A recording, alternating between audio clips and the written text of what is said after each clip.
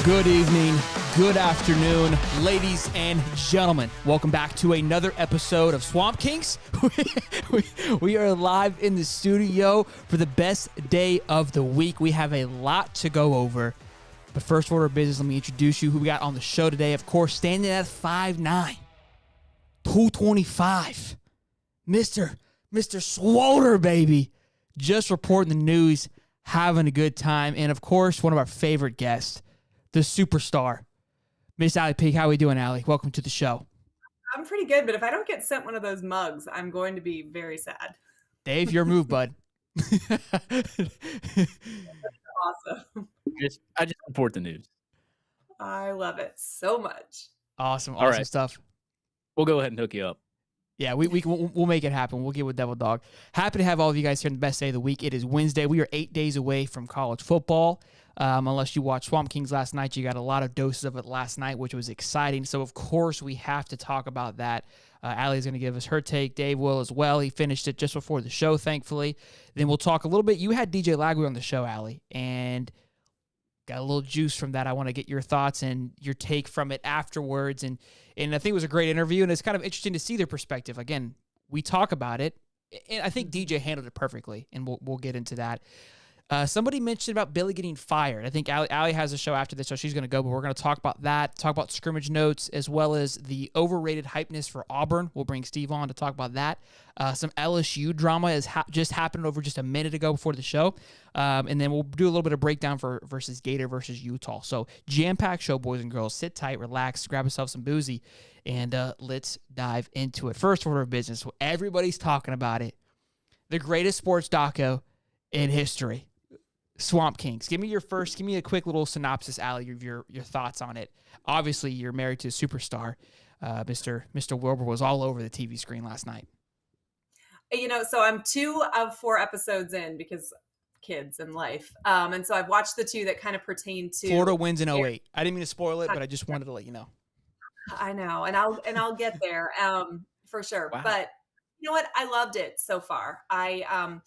I have lots of thoughts on it. First of all, all the people that are taking the time to watch it and, bashing Florida, it's the #1 show in the nation today, I'm pretty sure. So thank you for the help on that. But I also I don't know what people thought this was going to be. There's 0% chance you get the university to give you all of this behind the scenes footage. Urban signs on to do it. Tebow signs on to do it. And then it's a bashing of the program. That would literally never happen.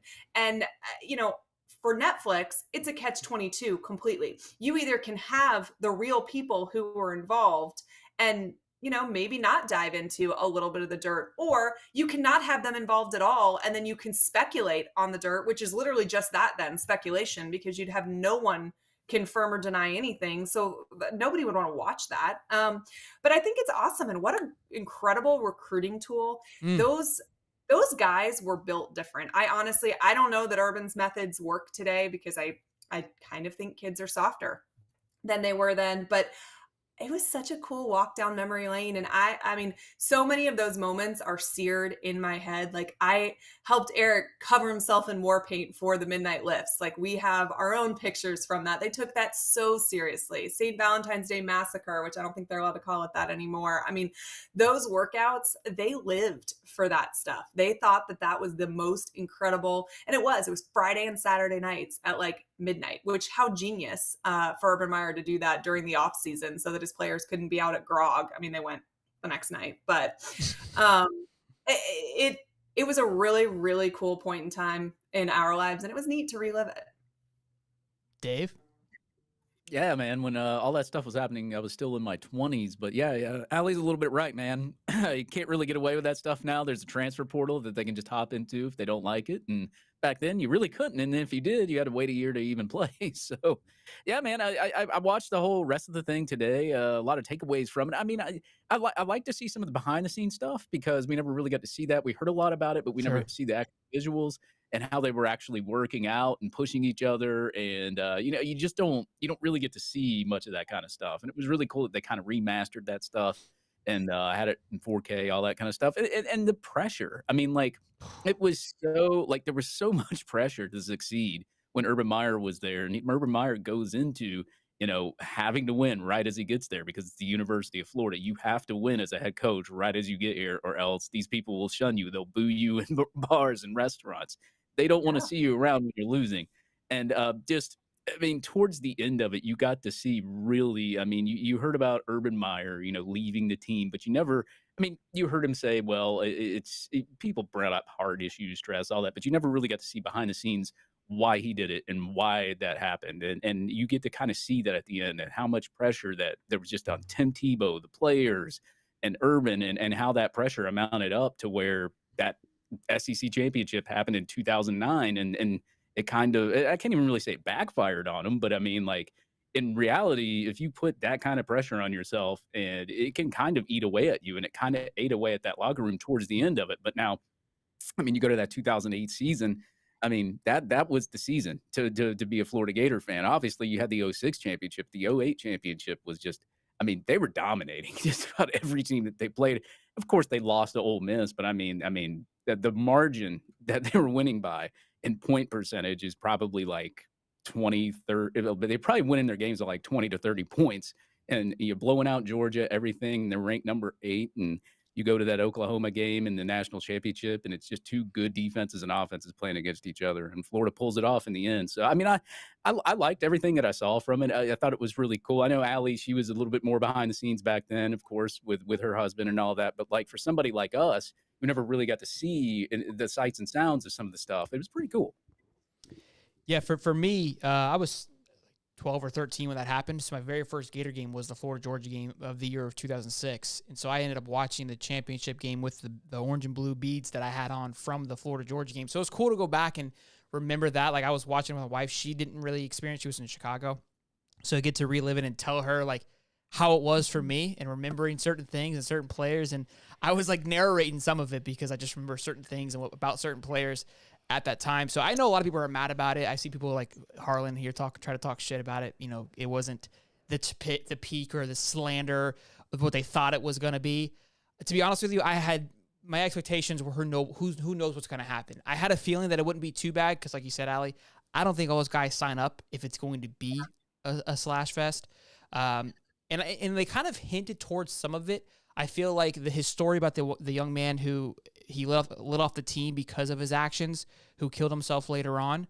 I think that was kind of they showed that was look, we ran into this predicament where this happened, and then Urban made an adjustment because of that. He's like, I don't want to give up on a kid again, right? So that was kind of, I feel like they tried to hint towards things as much as they possibly could without truly unloading on it. I know the Aaron Hernandez parts were, asked about. If you think that people are going to line up to talk about a dead guy and the things that he did, you're crazy. Nobody's going to do that. It's just, and it'll be stupid. I don't think you would want to watch that. The fans that are upset about it, because yes, it was a massive recruiting tool. Because I thought about it, if you couldn't pay these guys enough to bring them back to a weekend on a recruiting weekend to hype up what it's like to be a Florida Gator, you just literally jam-packed it into 4 hours for them. You know what I mean? So I was like, and the guys that are being recruited now aren't old enough to have known really anything about this time. So what an incredible way to let them see what Florida could be, what Florida has been, in a way that you couldn't do it any other way. You can't explain, I can tell an 18-year-old kid, hey, it was really cool back then, and they worked their ass off and they were so dominant. But those are just words. When you see what those workouts were what they went through, what, the bond that they have with each other, kids are going to want that. Yeah, absolutely. And I think to see them, just having trained like they were going to war, that part was really cool. Just, again, there's no way they do that nowadays, because you call, if I was when I saw that, I was like, Billy better call them boys, hey, we're running stairs at 5 a.m. The hell are you talking to, coach? You out of your damn mind. And I think because... Go ahead. I was going to say, they were talking about working out on a Friday, Saturday night at midnight. Well, and think about it, because back, what Ali said, back then, you really had social media, you barely had cell phones, so you really didn't have access to the outside world. So you really had them in this cocoon, and you could control everything. Brainwashing to the max. thing either. So like, I mean, Urban Meyer has a psychology degree, and this is one of the reasons that I don't know that I think Urban would be as successful today, is that he used that psychology degree to the max. I mean, when he recruited you and he found out that like your family struggled financially, when you were in a workout, he'd be like, push that extra rep. You want to be able to pay mom's light bill in a year. You gotta, keep going. And he would use those, those things. And I don't know that flies today, but it was a huge motivating factor for so many of those guys. But when I watched it, I knew about this stuff, right? Because I lived it with Eric and then my brother on the 08 team. But as a family member, it's kind of neat to have the outside world see how much effort went into this, because I think from the outside, you're like, oh, these athletes are superstars, or they get free drinks at the bar and they, have cool shoes and whatever else. But what you missed was the actual real hard work, stress, and anxiety that went into building those teams, and their families knew, but the average fan didn't know. And so it is neat for fans to be able to see how much really went into those teams and what those guys gave their university. Could you imagine a recruit walking in now and be like, hey, you're on the shit side over there, please. DJ, you're over here. It just, bro, wild. I remember, so the very first champions. Where did Mr. Warble, where did he say? He's on the shit side or the good side? So, one time he sat on the shit side, and it was the very first winter. And it was because he tore his meniscus. So he was in the pit for like 2 weeks or something like that, because he wasn't cleared to go back to practice.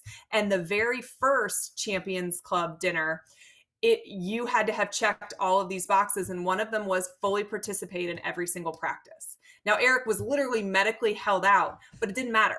He had to go eat hot dogs. And I can remember I was studying at his condo, because it was directly across the street from the O'Connell Center.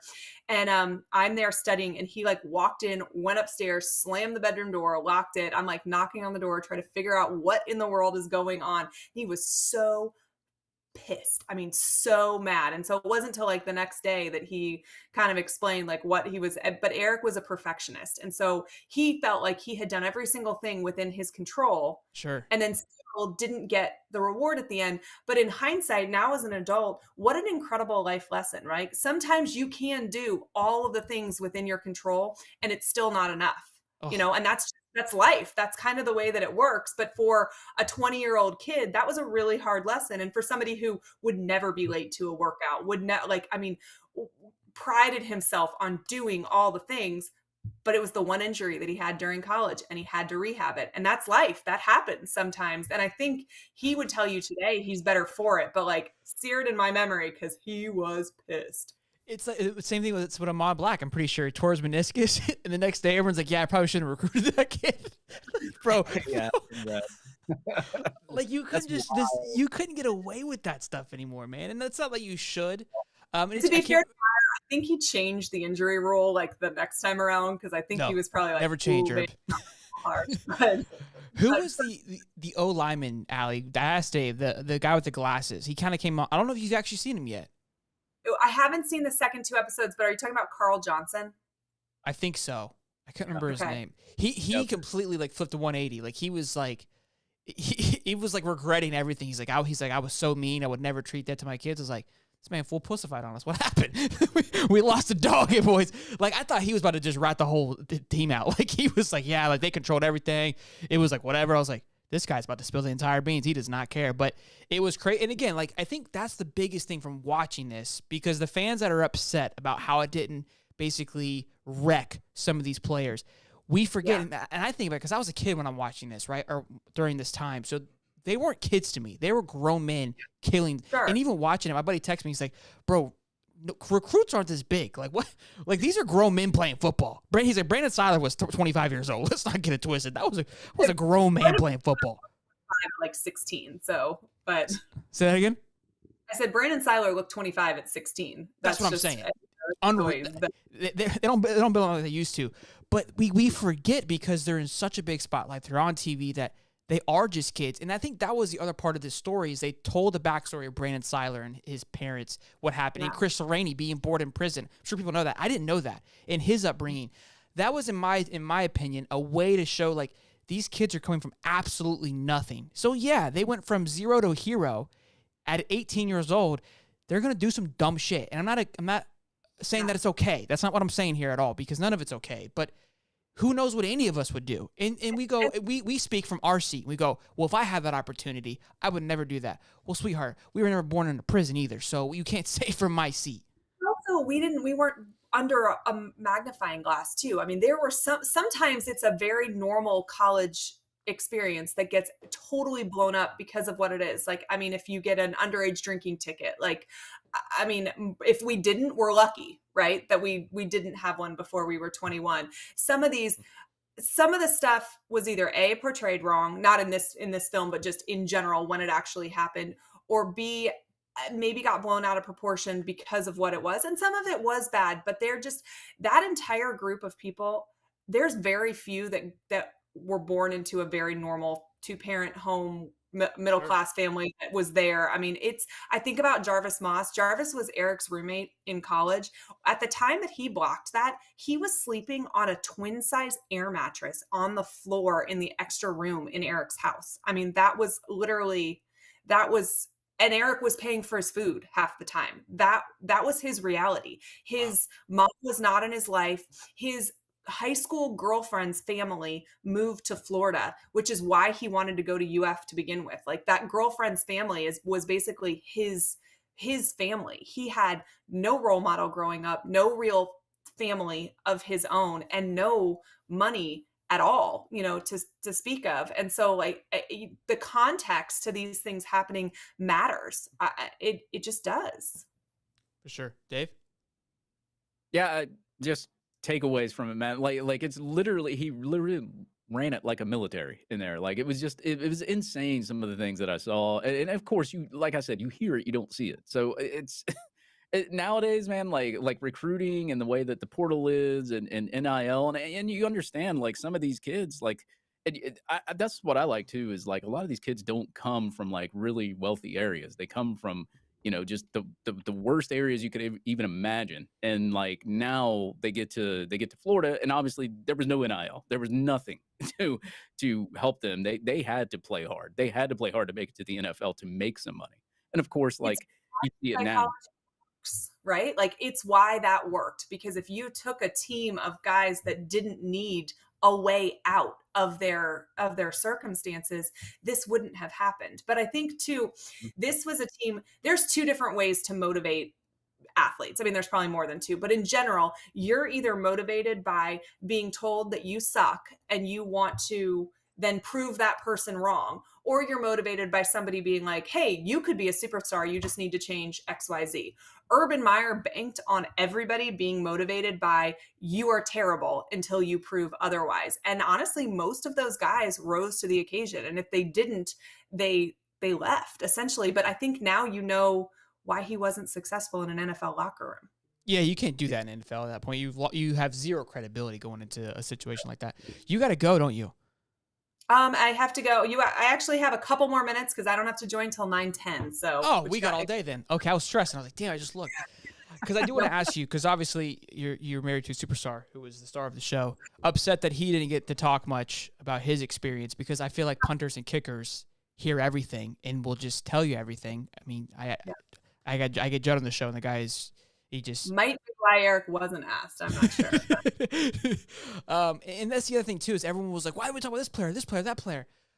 The thing was 4 hours long. Every other Untold's an hour and a half. I mean, there's only so much. I mean, if you think about it, it's like you could have a whole separate doc on Percy, a separate doc on the Pouncey brothers. There's so much to unpack there. You can't do it all. I think they did a good job of getting the surrounding pieces to tell the story as best they could. Again, I know people are gonna be pissed because it wasn't a slander. I loved it. It hyped me the hell up. But again, I want to hear from you. Kind of, you lived it from a fan perspective and from a significant other. How was it? Just, you said he came home mad at that one point. Did he ever complain about it, or was just, again, like, no. I call it brainwash, but not in a negative way? Eric is wired like Siler is wired. Like Eric loved this stuff. He loved competition. He loved, like, there was a point in time where Eric and Derek Harvey got in a fist fight in the locker room because Derek Harvey was cheating on their running and they kept having to do it again. And when Siler told that story about punching, which Eric is pretty sure that was Keyston Moore that he punched in the face. But regardless, there was a point in time they were running sprints and you had to have your hand behind the line. And if your hand was over the line, the whole group had to go again. And Derek Harvey kept putting his hand on the line or above the line. And it happened like 3 times in a row. And eventually Eric punched Derek Harvey in the face over it. So of course, then Derek Harvey, I mean, Eric is a punter and Derek Harvey is Derek Harvey, and Mullen is who separated them.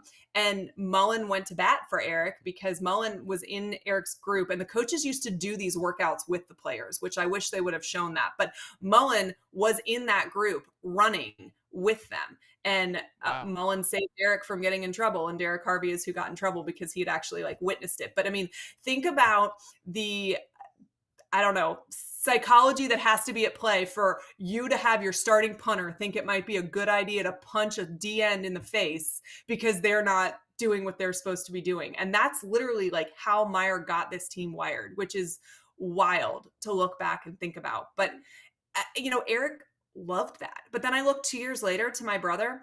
He did not. He was not like you dog cuss him to your face and he wants to just flick you off. Like that is not a motivating thing for him, which is Muschamp though, coming in after him. Muschamp was really good at individualizing what motivated players. And so he would act like Meyer to some players if that's what those players needed. And he acted differently towards others if that wasn't their motivation. And it always gave me a lot of respect for Muschamp because I think that's got to be a sign of a great coach, is figuring out what actually motivates each player instead of assuming for the team. But it was a great film. I think Siler did an incredible job. I think Tim did a great job. Tate did a great job. Steve did a great job. Like all the things that they said were real and true and happened. I wish it could have been 10 hours long because there's so much more. Oh, you could have had a whole series. I thought when it originally dropped, it was going to be 8-part series. That's what I thought it was going to be. I was like, it's going to take over the whole thing. I wish they had talked about Meyer's initial meeting with the team because he called a team meeting. They had to be there at 10 o'clock in the morning. And he locked the doors at 10 o'clock to the meeting room. And there were like 10 guys that were late that didn't get in to that meeting. And, which terrible first impression for your head coach, right? But the thing that he said in there, and Eric went into this meeting determined he was going to hate the next head coach. He was super pissed about the way Zook was fired. They found out about it from the ESPN ticker before they were even told they had a team meeting. To tell them that Zook was fired. So like that, just the team had a bad taste in their mouth about how that went down. But when they left that meeting, Eric like wanted to go to war for Urban Meyer. And he stood in front of them and basically told them, I know you didn't choose me, but I did choose you. I picked to be here. I chose you guys. And like the buy-in that he got from that first meeting was pretty incredible. And I wish that they had shown that because that he got 85% of guys to buy in day one. I love getting that because obviously we didn't get that in the story either. And I do want to talk about, I don't know if you know much about the turmoil that happened with the Tebow that they kind of hinted towards in 2009, but was interesting to me because obviously we know Spikes for what he is today. It was crazy to see him be a bum and admit to it. So said even that same thing. He came, so my brother was a freshman in 2008 and he was like, and he came in originally as a linebacker, a safety linebacker. They eventually moved him to fullback. But so he was in Spike's group and he was like, man, he would wear a weight vest in August. He would he would always go the extra mile. And he was like, so it was wild for me to hear that he didn't care to take it seriously at the very beginning. He's like, because that is sure as hell not what he was by the time I got there. So the change in Spikes is pretty incredible. And something too, because the heart issue with Urban that came up, and obviously when it happens, you're just like, no, this guy's just quitting because he doesn't want to lose. He sees the writing on the wall. It felt like we had this big up and then it went down. But just kind of being following this Billy, era right now is, and prior to that, Billy hadn't had much success or failure, right? He never really hit rock bottom. And you go from being just kind of going along to the ultimate champion. it's sometimes it's, and I talk about it all the time, is if things can move too quickly, you're not prepared for the success. And I think that's exactly what happened. And watching it, I was getting chest pains for Urban. So when everyone kind of gave him shit, and I remember giving him shit too, like, oh, you're just a quitter. Like, no, like I can see why, because even now we as fans, we're if we go 10-2, there's going to be an expectation of, okay, when's the championship going to happen? That you're never pleased. Like, I would kill to go back to what we did in 09 and 08. Like, how do you, like, we're winning football games and it's close. Like, you can't, how the 09 season finished when losing to Bama, that's how it's supposed to go. You're supposed to come up against a dog and it be a dog fight, and you may not come out on the right side every single time. Well, and I think that, I mean, that led to Spurrier jumping ship eventually. Yeah. The expectations. But for years, I've always talked about, I think that, like, it's not getting to the mountain, it's staying on top of the mountain. And so to hear at the end of episode 2, Urban make that statement about how he told his dad, like, man, now I just get to host. And he was saying, like, I had no idea that was going to be the most wrong statement ever made by a human being. And, like, I felt that so much because you saw that in Urban. It wasn't the climb. It's staying on the top of the mountain. And truly, outside of Saban, no one has successfully done that in college football for more than a couple of years. That's not unique to Urban at all. And I don't know how they portrayed the chess stuff because I haven't watched those 2 episodes yet, but I lived it. And I can remember the phone call home. It was my brother called us from the plane when they told them, they were on the team plane when they told them that Urban was stepping down because of these heart things. And my brother was in tears because he thought his head coach was going to die. And so, I mean, that wasn't fake. That wasn't, and the way that it was told to the team was certainly not fake. And so I don't know. I don't know his medical history exactly. So I don't know if they embellished it or he thought it was this, but it was really that or whatever else. But I know that in the moment, they thought it was real enough to tell an entire plane full of players that their coach was stepping down because he had something very serious going on with his health.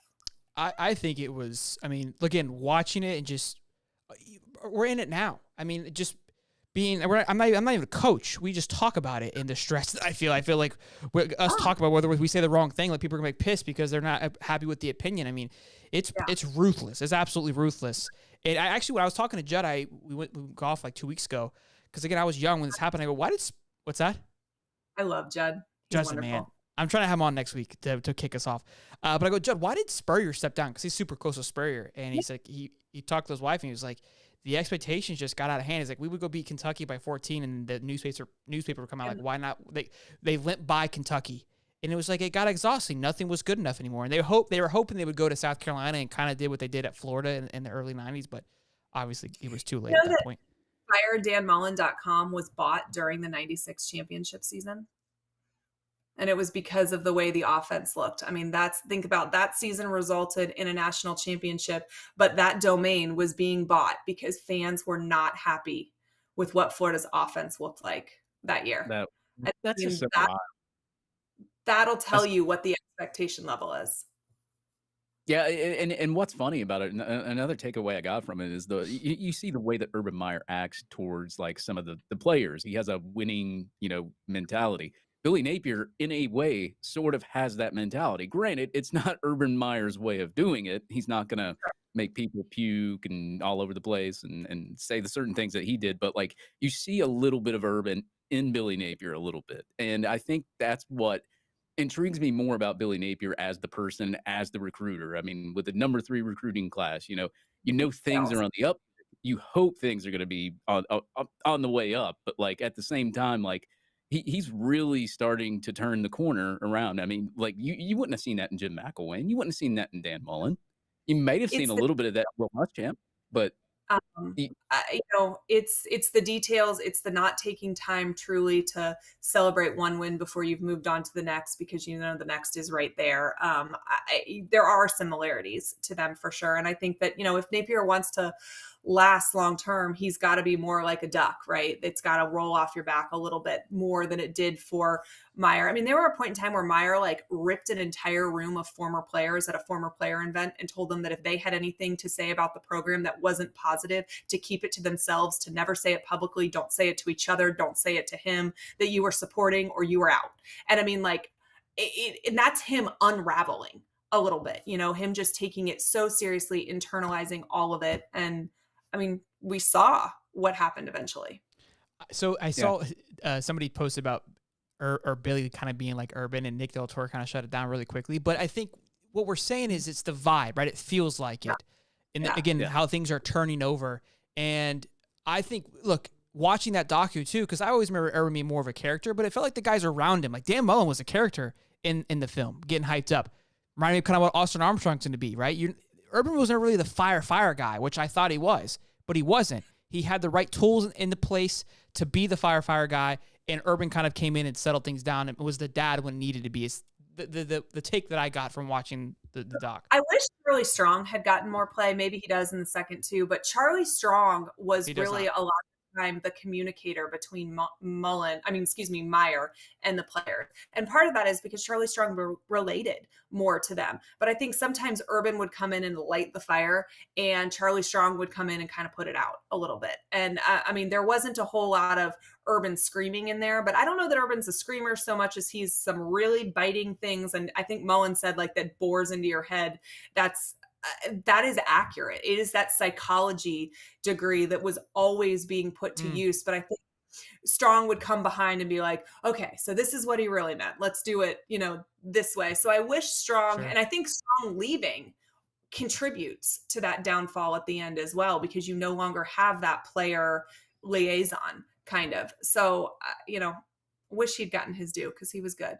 But I do have to go. Yeah, you got to go. You got to go. Thank you so much, Allie. You're a blast. I hate that we're just rambling. It's been a blast. You be good.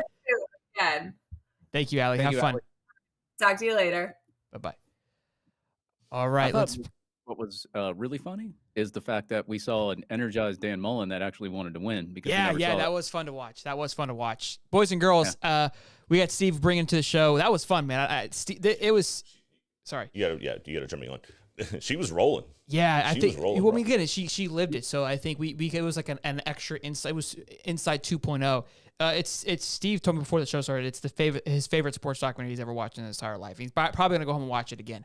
But yeah, look, I mean, we'll wrap these things up because Steve hasn't watched it and chooses not to watch it because he's a hater. But I loved it. I know people have their opinions on it. I think you could hate on it, do whatever you want to do with it, and I get it. You wanted more. It was an inside for me. There was things that I learned that I found out that I enjoyed watching. It fired me the hell up for football season. That part I do know. And we have a tweet of the week. I mean, I teared up a little bit at this point. There's a handoff from Brandon Seiler to Brandon Spikes, and the moment that he basically hands him over the crown of the linebacker, it's just a beautiful, like, just imano, just man to man, like how much it meant, like what college. And you know why I think you'll like it, Steve? Because we talk about this show all the time, just of what college football used to be and how it's changing and how it's even going to change even more next year. It was, you truly are playing and dying for your brothers, the ones alongside of you, and the orange and blue, your colors of your football team. Which we don't have anymore. Your football team, but I see what you mean. Well, I mean, I'm just saying in general, right? Like, you just don't. You're not going to have that ever again. Like, they were wrestling each other. Like they were literally there to kill somebody. They're punching people in the faces. You just couldn't get away with that shit anymore with social media. And well, it's because your age ruined everything. Yep. Mine kept this alive. It's not my age. Who was it? I'm 30, so my guys are been and gone. Yeah, but I mean, your age set the precedence. You keep putting me into this category. Like I'm like not as old as you twats, but I'm also like not as young as you. Like you just like it's like literally like if anybody under like 32, you're like, yep, they're all losers. Like no, like there's a whole decade that beneath me that ruined this. Hey, he's a man. That's it. That's Soder. What's that? Said he's a man. He's 40. Yeah. Hey, be sure to hit the like button, the boys. Let's get over to 100 likes. I mean, we've been on this topic for 30 minutes, so let's kind of move on. But we were supposed to talk with Allie about this, but we still can talk about it now. Is the DJ Lagway? She had him on the show and asked the question like, "Hey, I'm sure you saw your recruiting, your rankings went down. What's your thoughts on that?" And DJ said like, I don't even care. It doesn't matter to me. But the coach, which he can say something, goes, look, he's like, if he was committed to USC, LSU, and then I think North Carolina or Clemson, I think is what he said. I can't remember the schools he mentioned off. he said Alabama, Clemson, LSU, something like that. He didn't even mention Georgia, which is BS because that's. I think he was just. I mean, he's just ripping off some names. But he's like, look, he's like, if he committed to those schools, he's like, he would have never been impacted. So basically, claiming that because due to the school that he committed to was the reason that because he even said, he's like, look, these are the things that DJ was highly recruited for and has only improved on these things. Yet they dropped his ranking due to those metrics that he has been working on. So it was interesting to hear the coach be very frustrated with it. And look, this is what I'm saying is like, look, I get that DJ brushed it off. The reason the coach is getting upset about it is because I think they understand there's more value to this recruiting system than there has ever been before. Before, it was for us to have a shit-talking segment to say, I got a 5-star, I got a 4-star, and it was fun for the players, and it gave them. But now, again, it's giving them value. Now it's money. Now this is convertible. We keep saying this, but this is huge, you know? Yep. Yeah. I mean, their ranking is based on their NIL valuation. And if their ranking goes down, their NIL valuation goes down, their money goes down, that sort of stuff. So that's why like the ranking matters now. And this is why the kids and the coaches and everybody else are caring a little bit more. And it's funny because like you hear all these excuses from like On3 and Charles Power missing on Waller through now 3 recruiting cycles and still hasn't have him ranked. I don't know why, because he's blind. But like, you know, you hear all this kind of stuff and you hear all these excuses and all these kids are getting irritated, and Waller doesn't even care. He's even gone on record saying he doesn't even care. He's tweeted that out. But like, you know, now that NIL is involved, like there's a lot more attention being drawn to the recruiting ranking, especially from these kids. I've had kids DM me. I can't give out the names. I actually asked one of the kids if I could talk about it on the show tonight, and he never got responded back to me. So, but like, it's just Sounds like a these Netflix kids. doc. Yeah, these kids are really upset. Like we've already seen Denson go out on Twitter, say something about it. We've seen, what was it? That kid that was in our Twitter space talking about it. And Logan Skeetfield, yeah. So look, and this is something we brought up when we were talking with Shannon, and he was trying to say that nobody's talking about it. No, everybody is talking about it now. Everybody's talking about and it. now you have coaches and players. Well, the players are afraid to say something because of the repercussions as if they do say something. And even still the coach saying something, DJ was kind of like, fuck, coach. like what do you like? That's why I do not put the names out there unless somebody tells me I can, because these kids are scared of that. Yeah, I don't want to, you know, I would never want those guys to get in trouble too, because again, now there's money that's being attached to it. Regardless, because again, if the coach thinks they're going to be successful and play well, the coach will go find them. That's fine.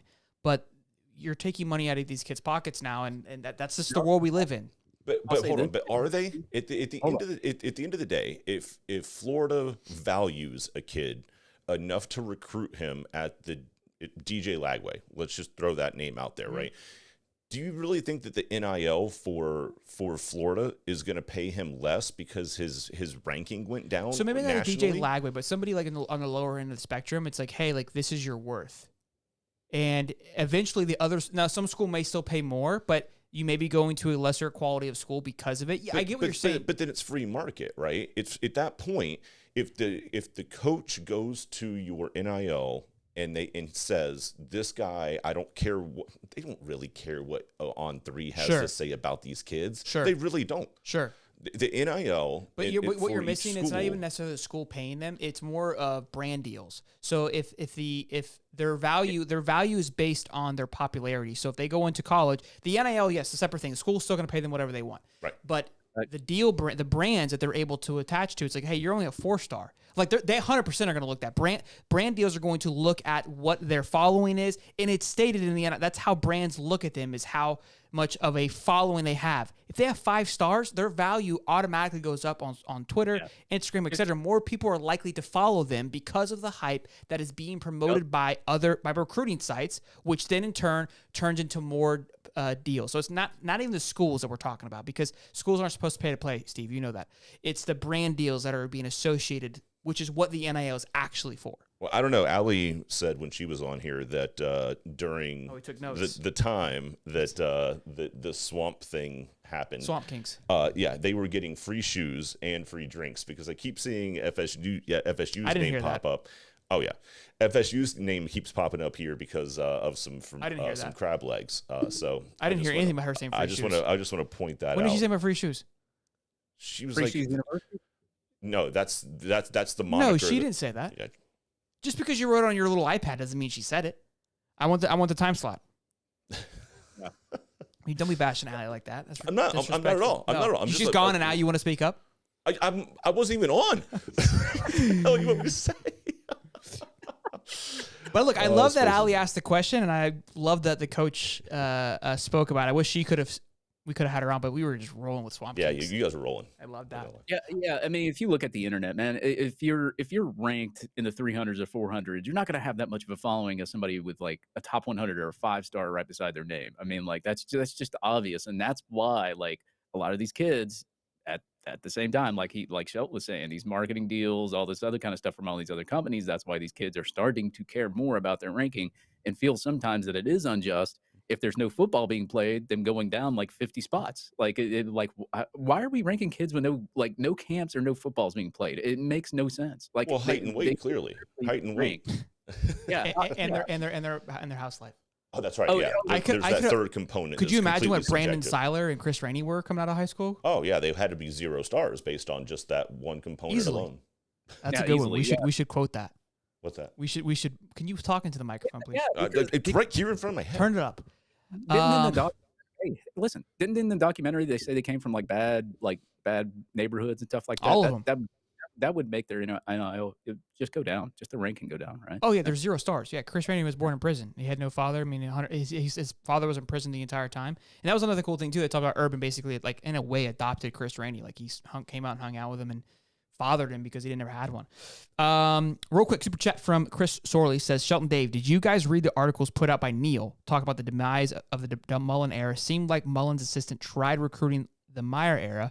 No wonder Billy had so much cleaning up to do. First of all, thank you, man, for your $20. Much appreciated. Love you, big guy.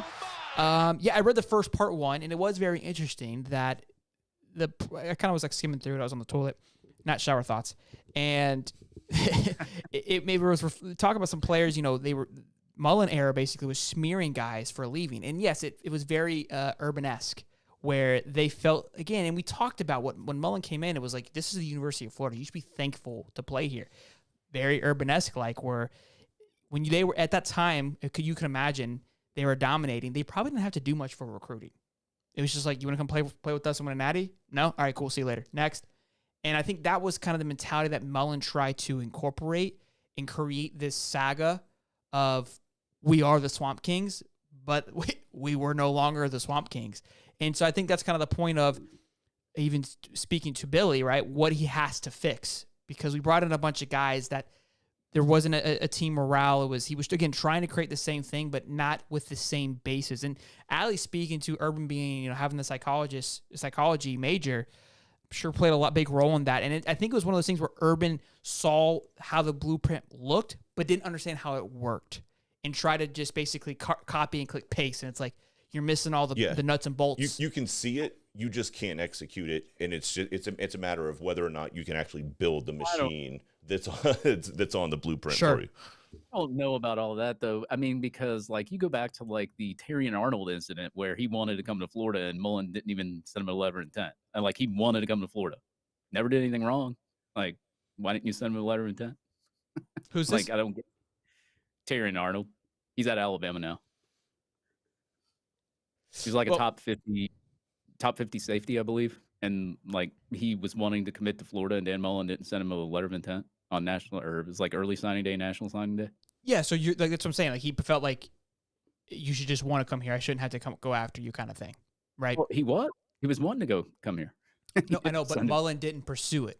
Is what I was getting at. It sounds to me more like the way that Urban approached this was different than Mullen. Mullen was the guy who was like, if you don't want to be here, then we don't want you here. Whereas it sounded like Urban he would individually challenge people. I think Urban did the same thing, but Urban earned the right to say that. Right. Mullen never earned the right to say that. Super chat from Harlan says $5. Doc, terrible. Sorry. Needed the scandals that needed scandals they marked, they would tell. 1 out of 10. We love Holly. Hashtag ML, Knowles versus Tigers, Mason out. We're going to talk about that, Harlan. I'm sure Thanks, Doc was terrible in your opinion, and that's fine. We'll watch the FSU when that comes out next week. They've already had one. It was on HBO. Yeah, nobody watched it. Look, I think I understand why you guys are frustrated. You wanted all the juice and all the dirtiness, and Steve and I were actually in a pretty heated discussion prior to of. I mean, what do you want? It was a 4-part series. If you wanted them to have an 8-part series, you could probably tell more. But again, kind of like what Allie led the entire conversation with, you are not getting the sign off to any of that if you think they're going to sit there and slander. And I think the Aaron Hernandez doc, which I thought was atrocious, was the complete 180 of this, where you really got nobody that was on the opposing side. You got everybody on the opposite side to railroad Aaron Hernandez, which in my opinion was very lost credibility in regards to that. This was the complete 180 and had everybody on the side defending it. Well, Aaron Hernandez actually had like a court, a jury. But he wasn't. But the documentary about him, he wasn't in it, and it was about people that claimed to be associated with him to tell the story about what happened. Well, he wasn't. Was he able to do it? No. But my point. But you didn't get his mom. You didn't get his players. You didn't get any of the things that you don't know. They could have very well reached out to these individuals, and they said no. Okay, and the same thing could have happened here because I'm pretty sure Percy Harvey. Because a lot of people about Percy Harvey not being in this. I'm pretty sure he denied being in this. You think so?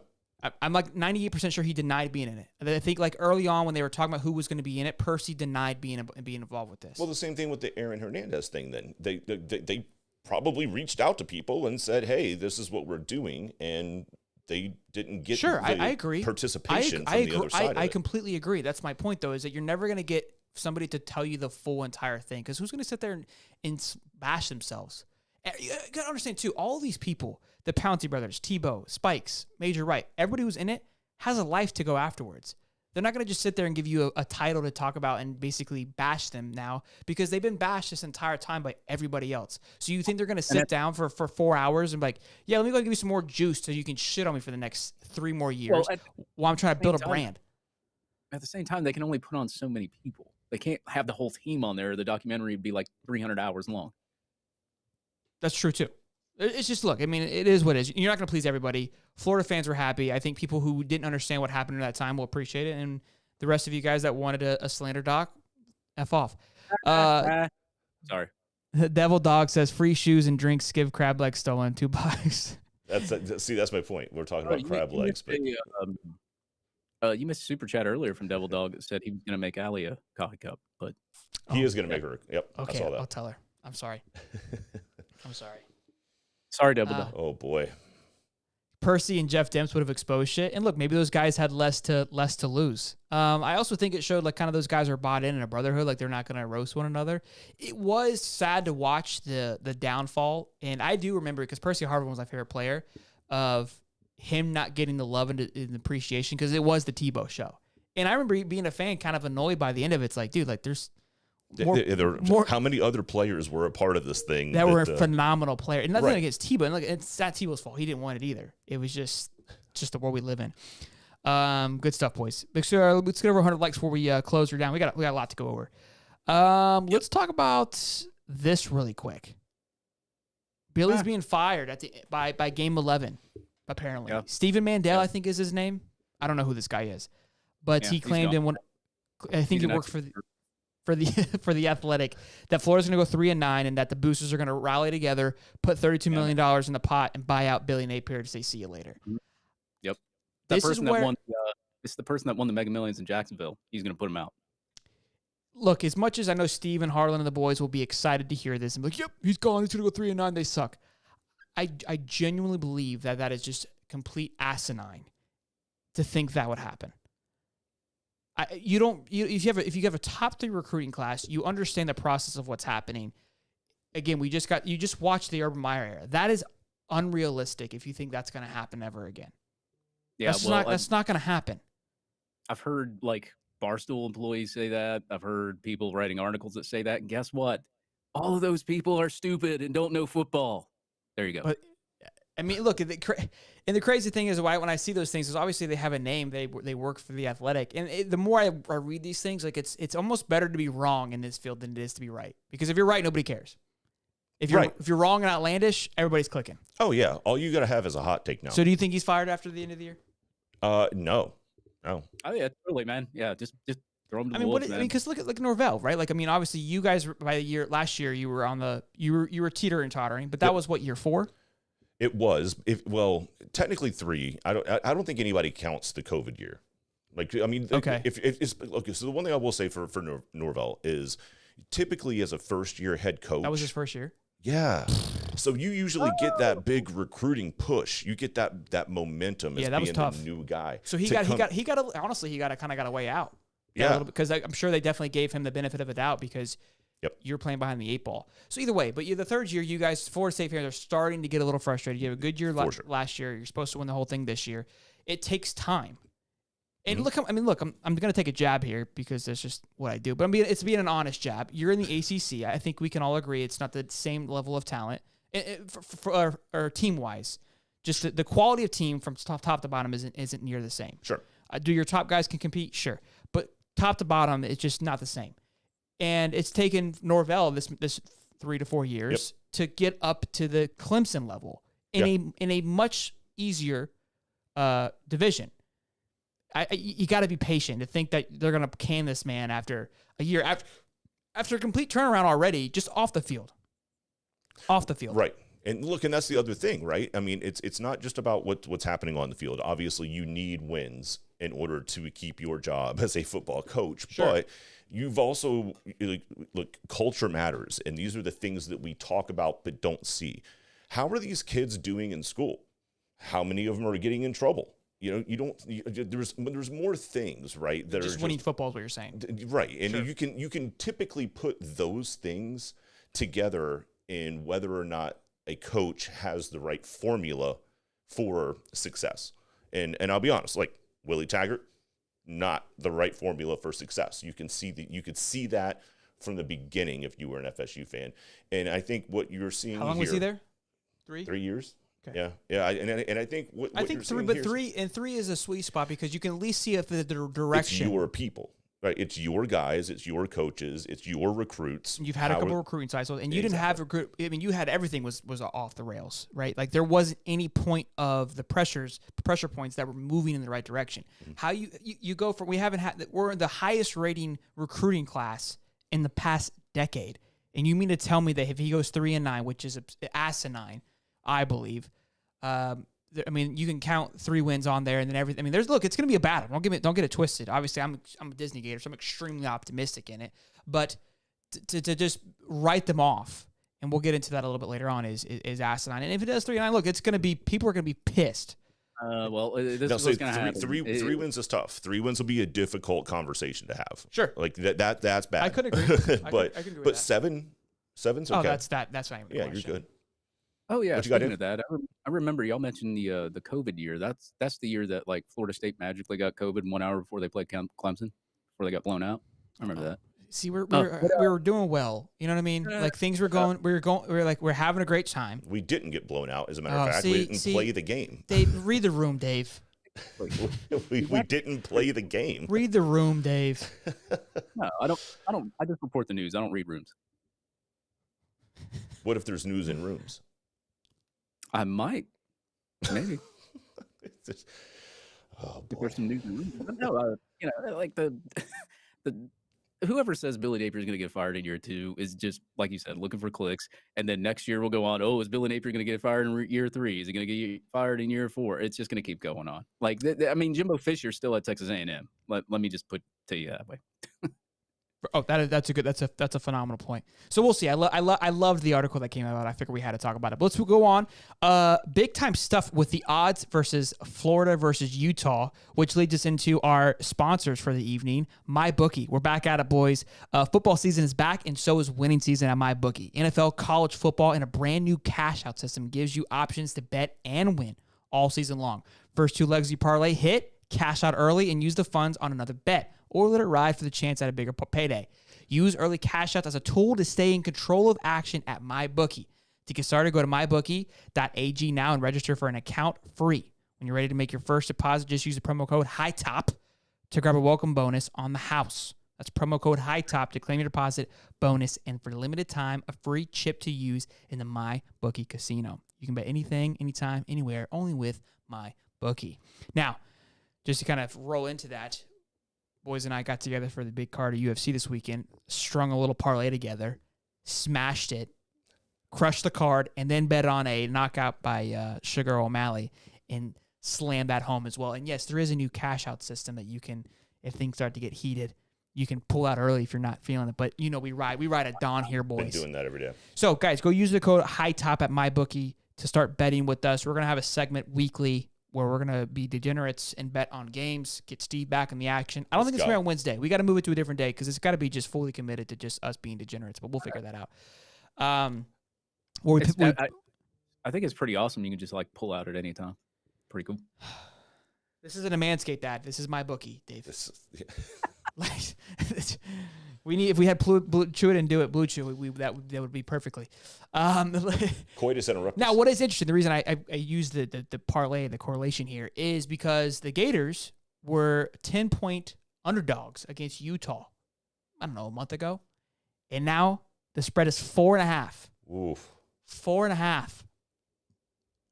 4.5. And look, Vegas, Steve and I have learned by being burned time and time again that Vegas knows something. They know everything. Another point that I want to get at is Steve and I have also agreed that home field gives you an automatic 3 points unless it's the favorites walking in like a number one, whatever. Yep. So what that tells me is that Utah in a neutral field will be 1.5 point favorites.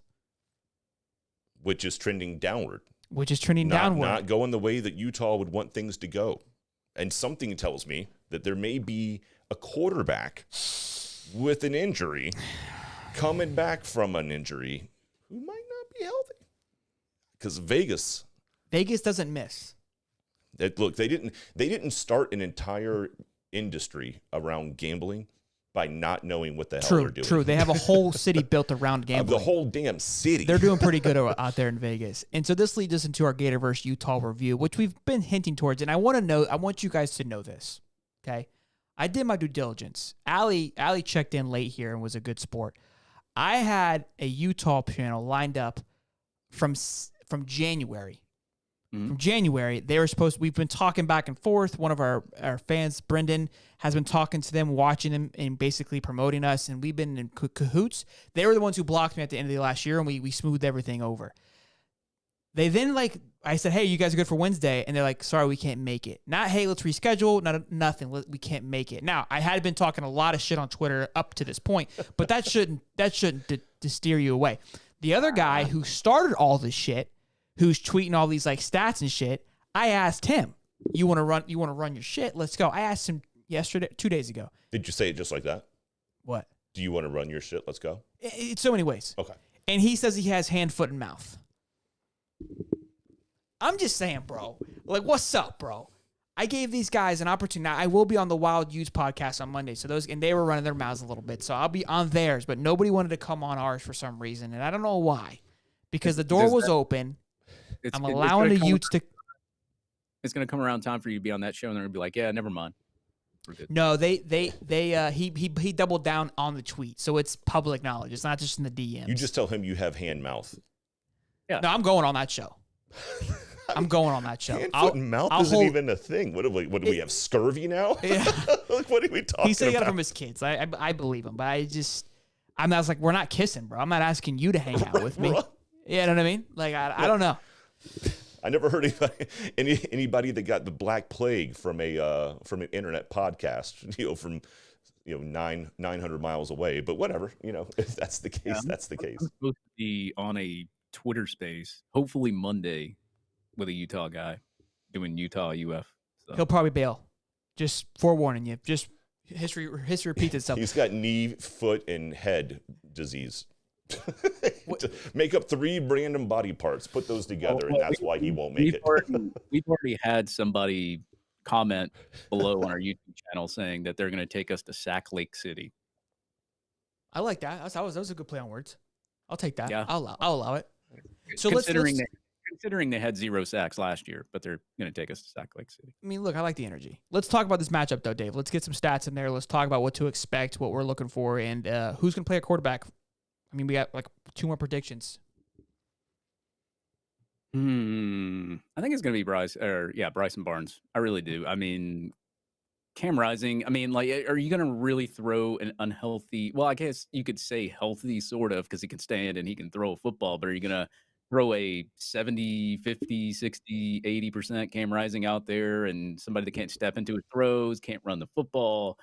I don't know. I don't think so. I mean, we heard what Kyle Whittingham had to say about the quarterback situation and having the, Barnes, and I think the other guy's name is like Nate Johnson. Let me see right here. Yeah, something like that. But anyway, like it's getting to a point now to where it's like we already kind of know what's going to happen, and Whittingham's just trying to make the other team guess, which is really stupid because, I mean, most people know that he's probably not going to play, and if he does play, then he's playing a really like serious game there because if you put Cam Rising out there, I mean, Armstrong's just going to blitz him all night long. So, yeah, I don't know, man. Like when it comes to their backfield and them saying that they have DBs, I just don't see a DB there. That may be one good DB back there. I just don't see any of their DBs that can match up with any of our receivers. They couldn't do it last year. I mean, Anthony Richardson hardly threw the football. I think we only had like 168 last year. And we're going to be throwing the football a lot more. Graham Mertz will be throwing the football a lot more. Can he cut down on the turnovers is the big deal. That's the one thing that's really, and getting some of these scrimmage notes and all that, because Graham Mertz hasn't been turning the ball over a lot, but he has had some turnover plays. And I'm wondering if that's going to come back and bite him in this game. I don't know if it will or not, but I think Florida's really got the receivers to keep up with their DBs. I mean, Brandon Rose, he hasn't really played, Brandon Rose is injured. Bryson Barnes really hasn't played in any games. He's, like I said, he's appeared in 6 games as a passer. I said this last week. I don't want to go through these stats again, but I will. He's only had 59 passing attempts. He's thrown for 66.7% completion rating, but only 59 passing attempts, 5 touchdowns, 2 interceptions, and 152 rushing yards. So that's all the experience that he's really had. Nate Johnson doesn't really have that much experience either. Does that mean anything, though? No. I mean, because there's not much film on Bryson Barnes, so that could give them a little bit of an advantage there. But at the same time, Bryson Barnes is inexperienced. Graham Mertz has 30-plus games of experience. So if you're going quarterback to quarterback, I would give the quarterback advantage to Florida. And with Cam Rising not being 100%, if he doesn't play, I'm picking Florida to win. If Cam Rising was to play, I would automatically pick Utah to win the game. Doesn't mean that they would with Cam Rising because they did not win last year against our defense that was really, really terrible, and he only scored 26 points.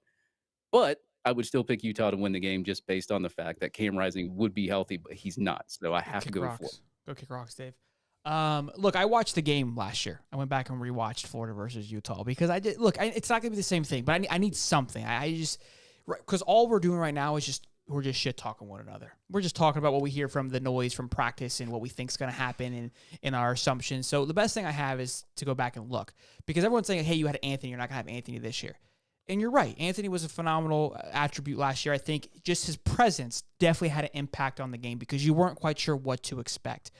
However, if you go back and watch that game, everyone's like, oh, it's run pass option. It wasn't run pass option. It was I have to run because I screwed up all my pass options more than or I couldn't figure out where to throw the damn ball, so I ended up using my legs to go 80 yards. And again, the wide receiver, there wasn't much of a talent pool back there. The little screen passes to Hendo, Buddy was slow as molasses. We got tore up, which I've spoken to. I've said this time and time again. Ventro, phenomenal linebacker. And Q Lee called in a call-in show, my favorite call-in buddy, besides Pimp Patty, and even said, look, he's got football speed. Right, he's extremely knowledgeable of the game, but he doesn't have lights out speed, and we were just getting beat by the tight ends. So with that play, there's a lot of big plays that Anthony made, a lot of big runs, and there was a few design runs in there. His big 80-yard or 60-yard touchdown run definitely was a design run, bring everyone over to the right side of the field, open up this hole, and take off. Look, the offensive line. We're losing some guys, sure. I think we've done a good job filling it in with the transfer portal. And again, the defense is going to be the biggest thing and all we can go off of the defense is what we feel and what we're hearing, and that's just hype. But I'm excited for what it should be and what it can be, and that part excites me. But yeah, I think like you said, Graham Mertz, it's an upgrade for this particular game. I really truly believe that, and. Again, Anthony is a freak, but I think with the system, with the running backs we have, that room that's going to come together, you've got Montrell and ETN, which we're going to talk about in just a little bit, coming back together for another season. I mean, they're going to be monsters. Another season under Mark Hawk's regime. ETN already looks bigger. So got to stay healthy, though, of course. I will say too, like losing Cam Rising. I mean, last year I looked up a couple of stats because I'm trying to get more stats together for this game. But I ran some team ranking stats, and these are basically stats on FBS opponents. So no FCS opponent stats are in there because most teams run up the score on FCS opponents, so they leave the FCS guys out of there. So this is all against FBS opponents. Last year with Cam Rising as quarterback, I mean, Utah was 9th nationally in touchdowns per game. Points per game, they were 14th. First half points per game, they were 6th. Second half points, they were 14th. Offensive yards per game, they were 20th nationally. Offensive yards per play, they were 22nd nationally. Third down conversions per game, they were 14th nationally. Average time of possession, 9th nationally. Third downs per game, they're actually really terrible. They were 106th nationally. Rushing yards per game, 11th nationally. Rushing attempts per game, 30th nationally. Yards per rush attempt, 7th nationally. And they ran the ball 54.58% of the time. So they're losing a lot of that quarterback production from Cam Rising if he does not play. Those are good points. Very good points. And look, I mean, you were able to keep him contained. They're on their third string quarterback at this point if he doesn't play. If he does play, you are basically asking a kid to go out there not 100% healthy, which is fine, right? That happens all the time, especially towards the end of the year. But you're talking about a significant injury that you're rehabbing. You're still in rehab. And for a coach to ask this kid to go out there and play this football game means that you are essentially cashing in your entire season, potentially, on winning this game, which doesn't mean a damn thing to Utah, because it's not a conference game. Sure. So I think it's for both. I mean, I think it's both teams want it though. Oh, for sure. Yeah. Absolutely. Good stuff there, boys. I mean, again, next week we'll talk more about it, and it's more going to just be hype and just being prepared. And I think you're gonna have some fun next week. The professor Tim Buck super chat says Holly's hoodie looks like he bought it in the '70s when he was a freshman at the FSU bookstore. That's not entirely untrue. I'm dead serious. You were a senior. I've had this thing for like 25 years. I love it. It's got the old logo. It's not even the new logo. I love it. All right, moving on, guys. Good stuff there. Dave, we're gonna pass it over to you, big guy. We still got a few things to talk about. The show is cruising. We talked a lot about the Swamp Kings, which I think was expected. Hell of a time to come out. Way to get us over the hump for one more week until it's football season. One more week, baby. Let's talk about our little scrimmage here. I think things are starting to heat up. There was a pick by Mertz, but it was a hell of a play from the defensive line. Really starting to come together. It didn't quite look like, the footage from Swamp Kings, but we'll take it. Dave? Yeah, so these were practice notes from somebody that I got them from and a combination of 24/7 Sports, and I did get permission from them to say so. I mean, really, honestly, it's all over Twitter anyway, so it doesn't even really matter. But Ricky Pearsall only had one reception, but it did set up Mertz and ETN for a touchdown. It was actually a huge reception. I think it was like a 30, maybe 40-yarder. Cam Carroll, obviously, he went down with the injury, but he did have an explosive run. I don't think that matters anymore because he can't play the rest of the year, but it's something to note that happened in the scrimmage. Eugene Wilson looked really good, had a 50-plus yard touchdown. Jake Slaughter got some reps on the offensive line, too. He was out there. Livingston got some good reps as well. Cameron James looked pretty good, getting a lot of pressure on the quarterback there. I've heard a lot about Cameron James and TJ Searcy in these scrimmages. Tyreek Sapp had multiple sacks, but he was against the second-team offense. But that's what you want to see. You want to see somebody that's probably going to start on edge. It got to be able to compete with the second team to be able to get some sacks, so that's a good thing to see. Princely also had a sack, multiple pressures. Jakeem Jackson was a ball hawk. He was said to be the best defensive player that day. Multiple pass breakups, good coverage there. Devin Moore had an interception against Mertz in his return, and Jack Pyburn, multiple sacks. Very disruptive is what I heard. So, I'm telling you right now, this edge position with Sapp and Pyburn, I mean, losing Boone sucks. I mean, like the ACL, that all sucks. He's got experience. He's shown his ability. I mean, we saw him lay the wood in the Kentucky game last year to the quarterback, but I mean, with Jack Pyburn there and Sapp, especially Pyburn, man, like he's you just look at his high school stats. Like his senior year, he had 21 sacks. He's coming in here. He recorded 3 sacks, and I think in one of the first or 2 scrimmages, he's got multiple sacks in this one.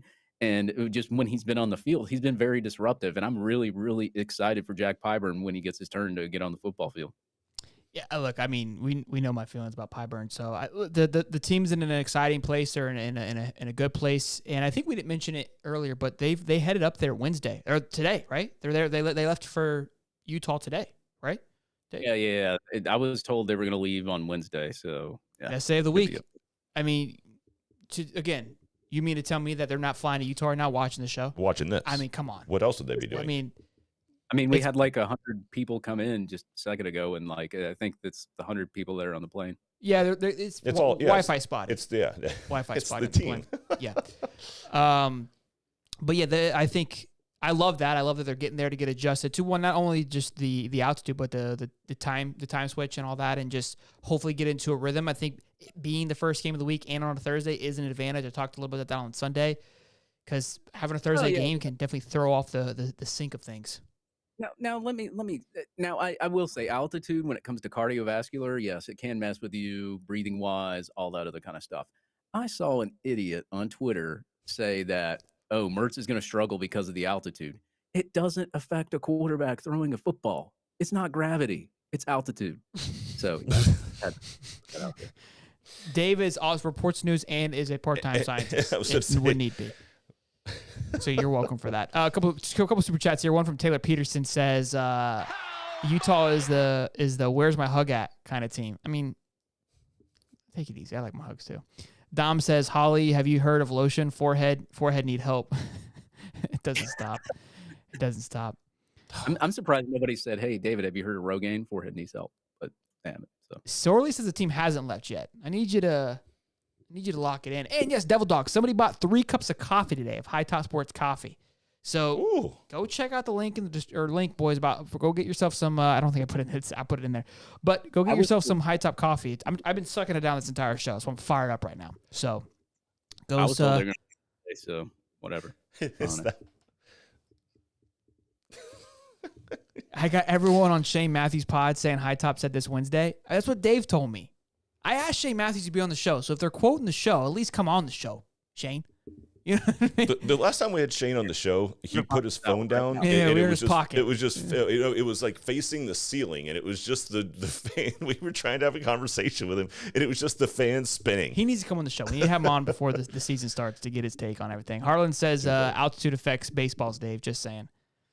Sucking it down. That's exactly what I was laughing at. Sucking it down like your mom did last night. Oh, gosh. I got none of that, but okay. Oh, Lord. Boy. This is what we do here. This is amazing. What else we got? I just report the news, so yes, sir. Yes, sir. Hold on. Let's talk about. Where's the D-line news? Harlan was all fired up about it. So look, big news here for the LSU-FSU game. Mason Smith out for FSU. Just broke like 30 minutes before the show. Out. What was it? What did he get in trouble for? An undisclosed something or other. It just happened. The NCAA basically like stepped in and said that there was an improper benefit. Improper benefit. Yeah. The words they use to describe these things. So vague. Like I remember, like it's been a while now, but indefinitely. Tiger Woods. I feel like the Tiger Woods era when he got hurt, that word really took off, and it just kind of ran because it means nothing. It's like what does that even mean? It's indefinite. It sounds horrible, right? It could be forever. Immediately, right? But it could be in 2 days. It's right. Improper benefit. It's a very lawyer-esque word. Sorry, go ahead. Y'all were talking about this Wednesday. It's next Wednesday. They leave next Wednesday? Yeah. That I don't like at all. I just asked, and they just said next Wednesday. I don't like that at all. I thought you told you. So this is Dave's fault. Dave reported the news incorrectly. You told Wednesday. They never said next Wednesday. Why leave it? I thought it was like, damn, hold on. They play on Thursday, right? Yeah, I know. They wouldn't leave on Wednesday. You at least want to be there for a day. Yeah, I don't like that at all. No. I mean, you don't want to be there for a week. Don't get me wrong. That makes no sense. Right? I mean, I thought that was a little bit over much, but I was like, look, like I get it. Like you want to get a job. I mean, that's huge, but the day before the game, you're going to leave? Like, what are you going to leave? I mean, it's a 2.5 hour. It's 2 hours, 3 hour time difference. Yeah.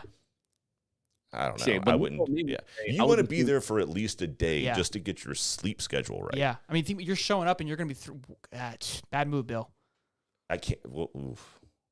So when I asked, they said, yeah, they're leaving Wednesday. They didn't tell me it was next Wednesday. They said Wednesday. So I figured this Wednesday. That's -1 for Dave. But anyways, so Mason Smith, look, that's going to be a big loss because what's funny is when I was talking about, I was hyping up Perkins as the linebacker for the LSU, him to have a more, and Mason's coming back, but him having a more successful season is going to be due to Mason Smith because he was out last year being an absolute just monster on the line. Now, I was telling Steve that LSU has double-digit players that were on the all preseason SEC team, first and second, meaning there's a ton of talent on that team. And you can argue that FSU also, which we have said, has a ton of talent on that team. But this is a big blow. I mean, you hate to see a big player like this go down. Hate it. Hold on. For the record, you don't hate this at all if you're an FSU fan because the guy's not hurt. He just did something that the NCAA didn't like and slapped his hand. And if you're an FSU fan, very strange. We're about over the NCAA and their bullshit. So I don't care. So sorry for you. Now, one of the bigger, most improved parts of what I think FSU is going to see on the field this year is the offensive line. Having LSU, and I think one of the strengths that they have is that defensive line, not being able, having one less guy to be able to get in there and get after Jordan Travis, he's been blowing up at practice, bro. One less guy coming after him that we can we'll use our offensive line to block more effectively. It's just going to give him the time because look, Johnny Wilson, Keon, Jaheim, right? All these guys that we have as weapons on the outside that we can start to utilize. At the end of the day, if we don't have time to get the ball to them, it doesn't make any sense.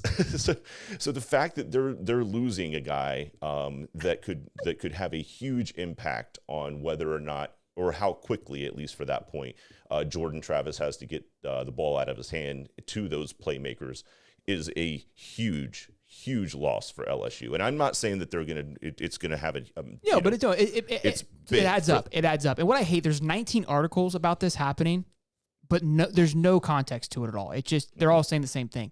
And what's, again, how is the NCAA all of a sudden just going to step in for a improper benefit? Like, how is there an improper benefit being broken in the NIL era? Like, how is there a line being crossed? I didn't think there was a line in the NIL. Somehow he found it, though.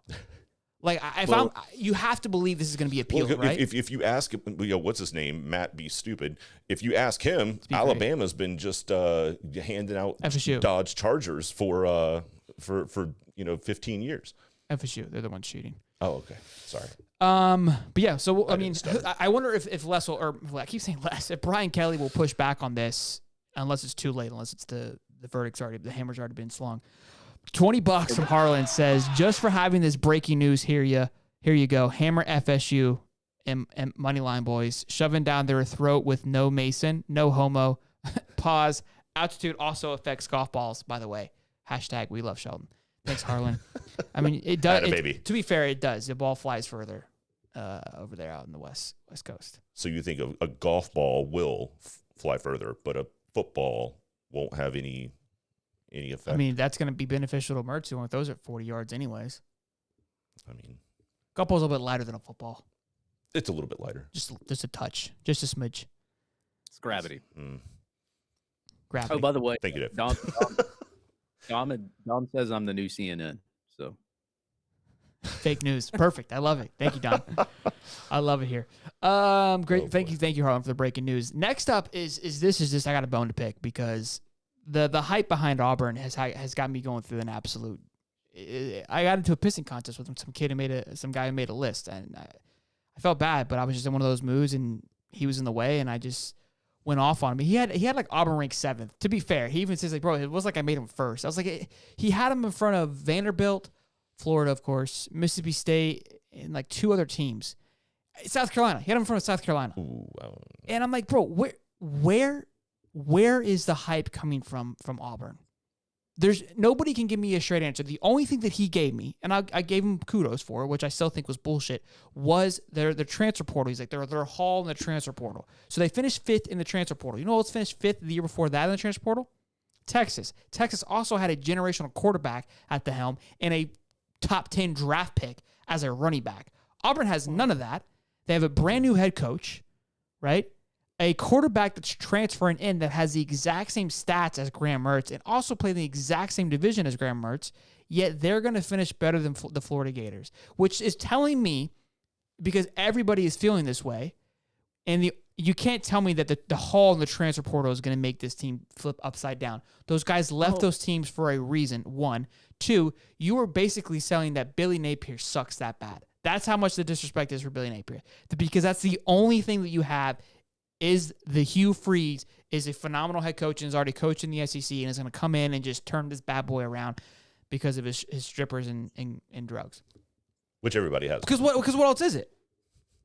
I mean, they got a few good people out of the transfer portal. I'm not gonna lie, they got some good people, but like it's not enough to me. It's not enough for Auburn to just completely turn around 180 in one season like that. You're gonna have to recruit high school, which they are doing pretty well right now. And I'm not gonna lie, but you're gonna have to recruit high school. They're gonna have to develop a little bit, get experience in in-game college.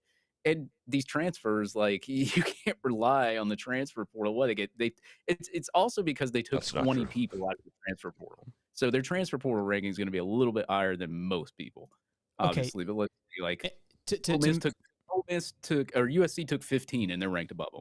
LSU took 14 and they're ranked above them. Colorado took 50, of course, because they're going to be number 1 because they took 50. Well, that's my point. So Colorado's going to be better than Auburn then, right? Because they did a complete haul in the transfer portal, right? And to look, they actually have a higher or just under their rating, 87 to 89. The other point too is Auburn hasn't had a top 15 recruiting class in a decade. So the talent pool isn't even there. Florida on paper has a top 15 talent team. And look, obviously it's personal because you're putting them over Florida, but I know I'm going to be biased in this, but nobody's making it make sense, which just proves that these lists are bullshit. And everyone wants to say like, "Oh, you guys don't know what you're talking about. You're just a mic. You're just this. You're just that. You're a nerd. Whatever." Well, what the fuck's everybody else? Because we're looking at the same damn thing. And you want to talk about facts and not care about feelings. There's 0 facts that you're using to justify having Auburn have this much hype. There's 0. With the overall ranking from last year, which combines high school and transfer portal talent, they're sitting at 19. Like, come on, dude. So even still not even top 15. I will say this though, like Auburn's recruiting pretty well, and but it's going to take time. It has 0 to do with next year. Nothing to do with next year. I don't care about that. I'm not going to argue that because it has 0 impact. Florida's doing even better. It's still not helping them. There is nothing that you can give me. They lost their running back, Tanks Bigby. They lost their best player to the NFL draft. What are they doing? How is this? Is Hugh Freeze that much of just a hero? Because if he is, he should have been paid a lot more than what he's getting paid. If he's going to come and turn Auburn around that quick, it's like those people saying Napier's going to get fired this year. Like same guys. You're right. Same guys. My fault. Look, they were 3 points better than Texas A&M, who was having probably the worst year in Texas A&M history last year. In regards to what? Last year they won 13-10. Auburn. They won 2 SEC games. That was one of the 2 SEC games they won. Yeah, I mean, there was nothing telling you that Hugh Freeze can make a football team magically better. But the 20 players that got out of the portal is going to make them be better than South Carolina, which I think is absurd because they lost Shaheem Bell. Right? Mizzou, he had a better than Mizzou. Mizzou had a hell of a year, and they bring in 90% of the team on both sides of the ball back. Yeah, like, what are we utilizing to justify these lists? And it's dumb. It's a small thing, but I cannot fathom the hype behind Auburn. I can't fathom it behind Texas A&M, but I'll allow it more than I will Auburn. To be honest, I did not even know that there was any kind of hype behind Auburn this year at all. No, so look, I feel, and the hype to me is that they have them finishing in the middle of the pack for the SEC. To me, that's hype after you have you finish dead last, and there's no sign of it moving in the right direction. Now it is now, but not this year. Where's our hype to hype? me. Where's our hype then? That's my point. Where's our They've got Florida finishing dead last. Why can't we have the same respect to finish in maybe more so middle, upper end of the pack? You have them finishing above South Carolina. Stop. Who South Carolina finished 8-5 overall last year? With look, good quarterback play, Spencer. Yeah. I mean, I give them shit, but it's a good football team, and they have had good recruiting classes. They finished strong. Keep in mind they beat Clemson and Tennessee in the last 3 weeks of the year. Yeah, I'm back. I won't say. I don't think it was back to back, but I want. No, yeah, towards the end. Yep. That's actually my sleeper team in the East. Yeah, South Carolina's going to be a threat for sure. Drop a like, boys and girls. F Auburn and them and the War Eagles. Look, when I say hype, obviously they're not going to be finished to be number one, but it just you can't have you pick them over Vandy. Vandy's coming on strong, boys.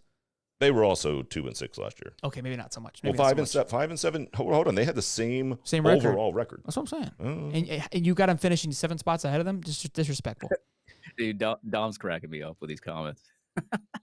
Fake news again, fellas. What are we talking about? What do we do fake again?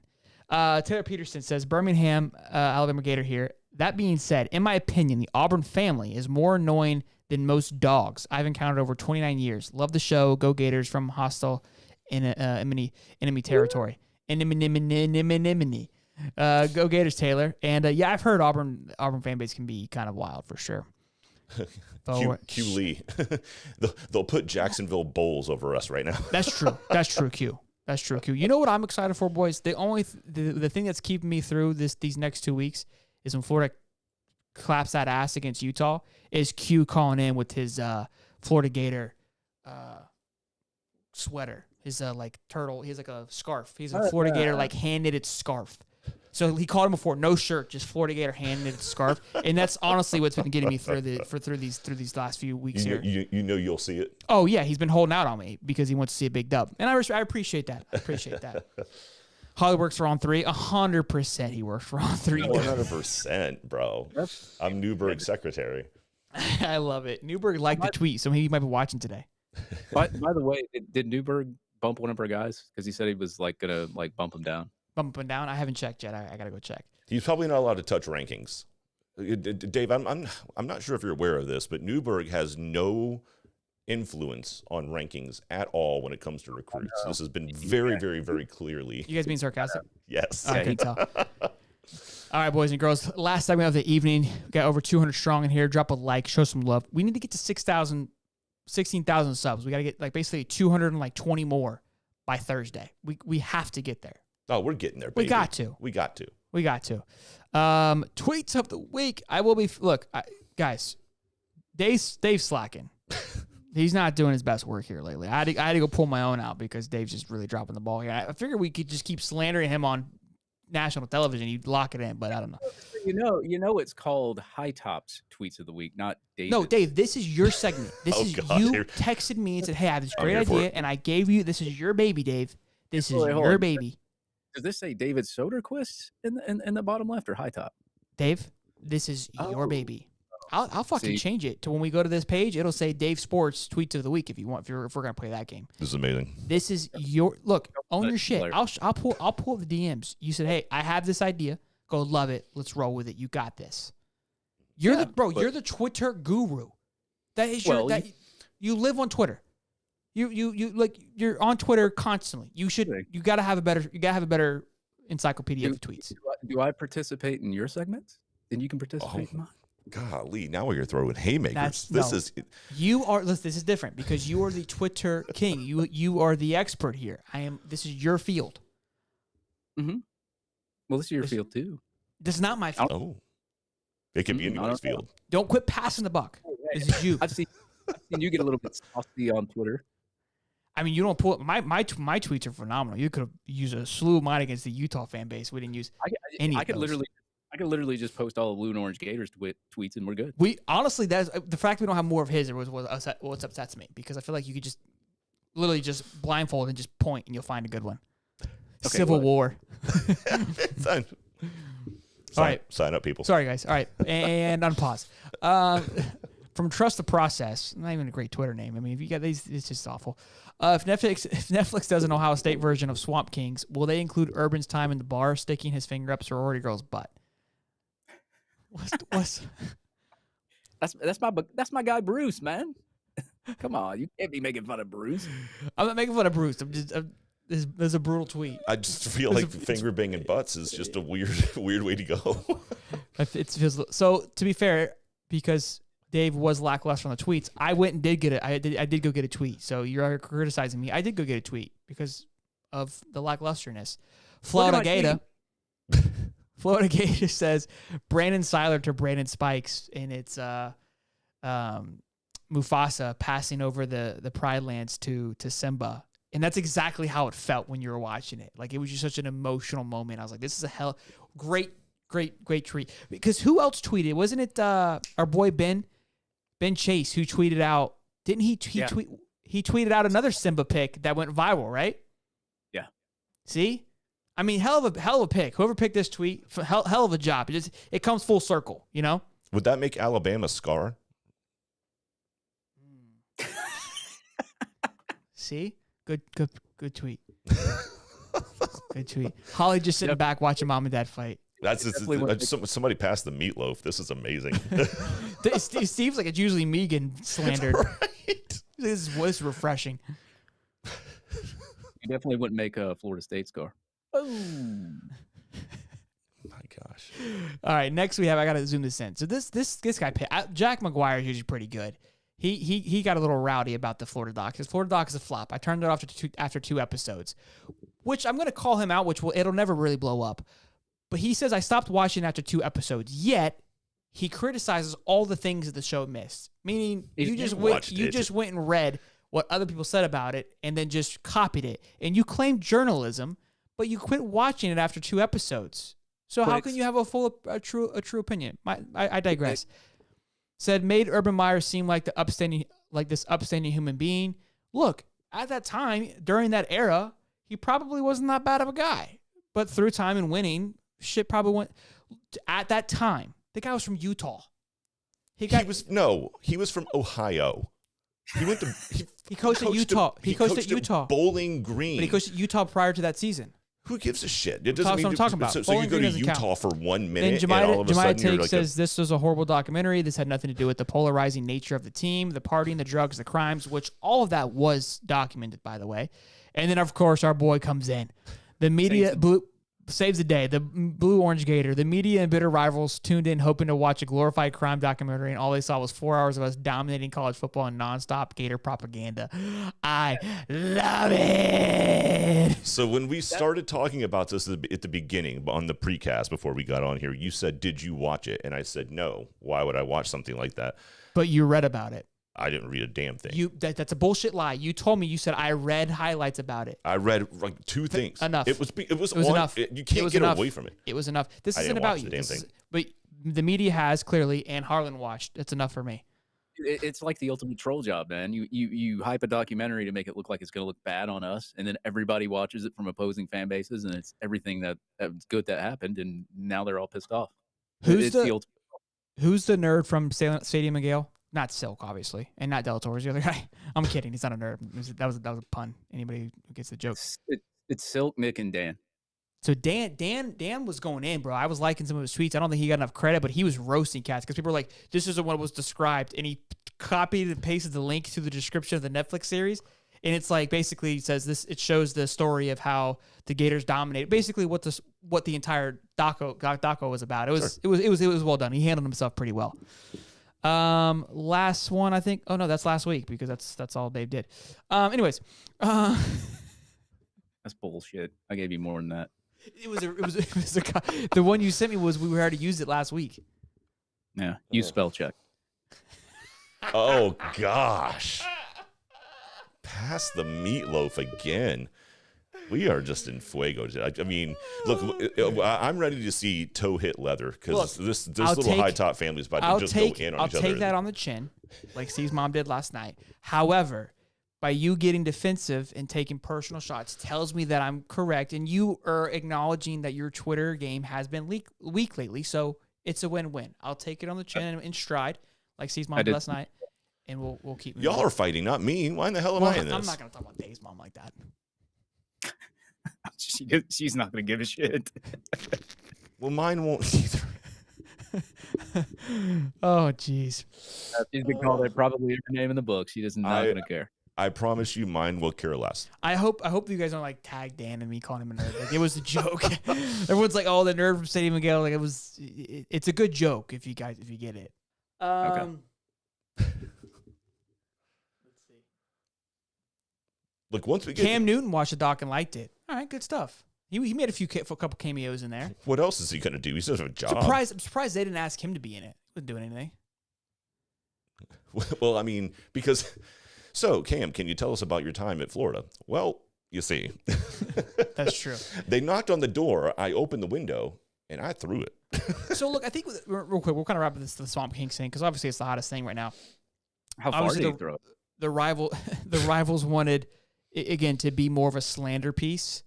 But at the same time, like that era of football, and again, just watching it, it's still something incredible to relive. And people, like, again, we talked about it too with the Manziel thing. Like, that was Manziel roasting on himself. He had nothing to lose. He had already hit rock bottom. His entire story was basically already plastered. There wasn't, to be fair, there wasn't anything untold about his outside of the fact that they made up his parents being rich. And all the money that he was making on the side? No, I mean, he's already came out and said all that stuff. He said all these things prior to the documentary. We knew about him signing autographs. He said all those things in personal interviews. So it wasn't like, yes, that was untold in the sense like during that time, but you already knew going into that he did all those things. Of course. So nobody complained about that because it was just a hype doc about Texas A&M and Johnny. Yeah. But the hate for Johnny and A&M is not the equivalent to Florida football and Florida fans. Well, I mean, you also have to keep in mind. You hate Florida and I despise them. Yeah, so you wanted this to be a drag piece, as did Harlan, as did any FSU fan. You did. Let's just call it what it is. You're pissed that it wasn't. Here's the thing. If I really cared if it was going to be a drag piece or not, I would have watched the show. I didn't watch the show. So my point is, if it was a drag show, you would have watched. I loved. Yeah. Wait a minute. Yeah, I see what you did there. If it was a smear fest, you would have watched. Yes or no? Yes or no? If it was a smear fest and somebody told you that it was completely dragging the entire process, would you have watched? If I would have sat here today and you'd have been like, dude, they just raked us over the coals. You would have watched it. I'd have gone, dude, I'd have watched it on the way home. Which just proves my point. Fuck y'all. Yeah. Exactly. You just want to sit there and watch us lose. I didn't say a word. By association. Yes, Q. He had his lawyers out there catching passes. Like, but again, like that was funny. But so that was untold. But did you know about the young man that committed suicide on the Florida football team that they dismissed? Did you know that Tim Tebow almost went to Alabama? Did you know that he kicked guys off on the airplane after the loss on the tarmac? There's a ton of things that we learned about the Florida football team that were untold. Just wasn't the things that you wanted to know about. That's all. Sure. Yeah. So, facts don't care about feelings. Exactly. Go Gators. I love that. Fired me the hell up, boys. Well, boys and girls, great show tonight. Happy Wednesday to you. Best day of the week. Long one. Good one. Hope you guys enjoyed it. If you did, smash the like button, subscribe. Get us to 16,000 subs. Until next time, I am Shelton. I'm Holly. He's got to work on that. It's back-to-back weeks where he's just dropping the ball here. I think of you and all the shit you don't do. Well, I'ma make hella sure that I don't become you. I have no regrets.